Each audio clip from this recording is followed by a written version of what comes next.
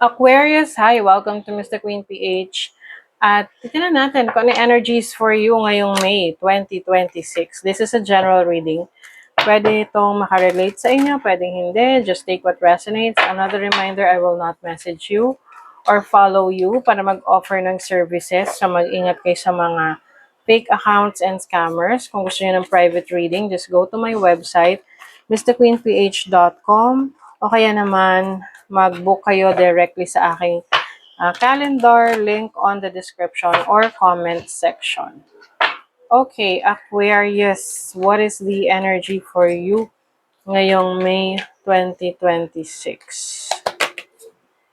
Healer, ayan. So, some of you Aquarius, meron kayong kakayanan na mag-heal ng iba. So, pwedeng ito ay inyong spiritual gifts, okay? This can be healing in any way, shape, or form. Pwedeng spiritual healer kayo, pwedeng you are into the medical field, or this is you healing from your past, healing from the challenges na pinagdaanan mo ng mga nakaraang buwan. You also have balance. So this is bringing balance in your life. Kung medyo naging challenging ang buhay mo ng mga nakaraan, this time, nakakabawi ka na. Especially if this is something to do with your finances. Kung dati, puro palabas ng palabas, ngayon naman may papasok na. May papasok na. So, mababalanse mo na yung income mo ngayon. Okay? You also have meditation. So, some of you, this is about connecting to your higher self. This is about bringing inner peace, tapping into your spiritual health. Yung iba sa inyo, mas leaning towards the spiritual realm, or yung iba sa inyo, kayo ay naturally born healer. Maaring yan yung i-explore rin ninyo ngayong May, yung inyong kakayanan na mag-heal ng iba. Okay, let's see what is the overall energy for Aquarius ngayong May. You have the Eight of Swords. Nako, meron ditong anxiety. You're feeling trapped in a situation. Ayan. So, this is the time for you to break free from this limitation. Kasi, ito yung parang nasa isip mo lang siya. In reality, meron kang kakayanan na kumawala sa limitasyon na yan. Ang kailangan mo lang dyan, iwasan mo yung nagpapa-apekto ka sa opinion ng ibang tao, lalo na kung negative yung opinions na yan about you. This is you knowing what you should be doing. Kasi minsan parang since may limitasyon, hindi ka nakakagalaw, hindi mo nagagawa yung gusto mo. So I think that is also something na i-heal mo rin ngayon, na hindi mo kailangang pakinggan lahat ng sinasabi ng iba tungkol sa'yo. Okay? And then your challenge is the Page of Pentacles. So some of you, pwedeng meron kang sisimulan na opportunity sa trabaho. This can be challenging for you, especially kung meron kang doubt sa sarili mong kakayanan. Kailangan mo lang dito na aralin kung ano man to nagsisimula na to. For example, may bago kang trabaho. Syempre, nandun ka pa sa point na ginagamay mo pa yung iyong trabaho. Nag-aaral ka pa, nagtitraining ka pa. So, be kind to yourself, okay? Dahil ito naman ay bagong skill set na pwede mong ma-achieve, and then you can use that to improve your life or to improve your career. Now, your opportunity, the Two of Pentacles, maraming oportunidad para sa'yo.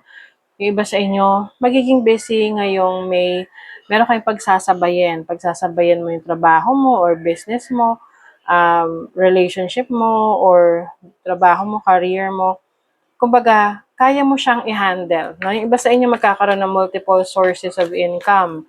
Hindi lang isa ang pinagkakakitaan ninyo. Ayan. So, your blessing is the Magician. This is your manifestation skills and manifestation abilities. You are stepping into your own power. Ayan, Aquarius. So, as a blessing, meron kang talento, abilities na madidiscover, or maaring alam mo na to, no? Aware ka na dyan sa talents and skills na yan. Ngayon, you will finally improve that. Kumbaga, you will tap into that abilities at gagamitin mo siya pabor sa'yo, syempre. Let's see what else. Refinement, ayan may i-refine ka na abilities. Halimbawa, magaling ka magluto, o mas gagalingan mo pa, meron ka mga bagong inbensyon na putahe. Kumbaga, may bago kang kaalaman ng mga diskarte or skills sa pagluluto. Ayan, unconditional love. Some of you, maaring merong kayong makikilala na soulmate connection. So, para sa mga single dyan, this can also mean yung iyong yung iyong tiwala sa sarili mo yung love mo for yourself. Kasi ang love naman, hindi lang yan para sa iba. Unahin natin ang ating mga sarili para mayroon tayong sapat na kakayanan na magmahal rin ng iba. Ayan. So, through relaxation and resting, kapag masyadong stressful ang sitwasyon ninyo, malaking bagay na kayo ay nagpapahinga. Okay? Lagi nyo isipin na deserve nyo ang pahinga na yan. Dahil dyan kayo nakakapag-reset. Especially to those na masyadong sensitive sa energies ng iba.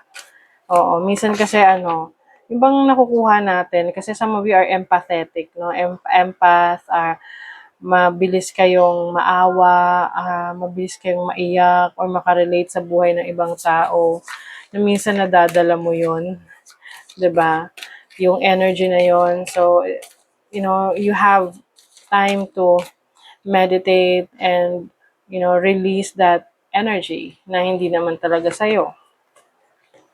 Everyone is on their own journey. How can you focus more on your own path? Oh, that is true. Kasi minsan, may tendency tayo na ma-compare yung buhay natin sa iba or yung journey natin sa iba.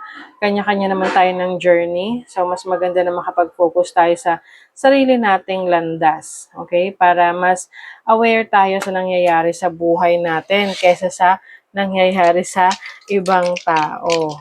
Ayan. So, I see na you will focus more on your goals, your dreams, your abilities.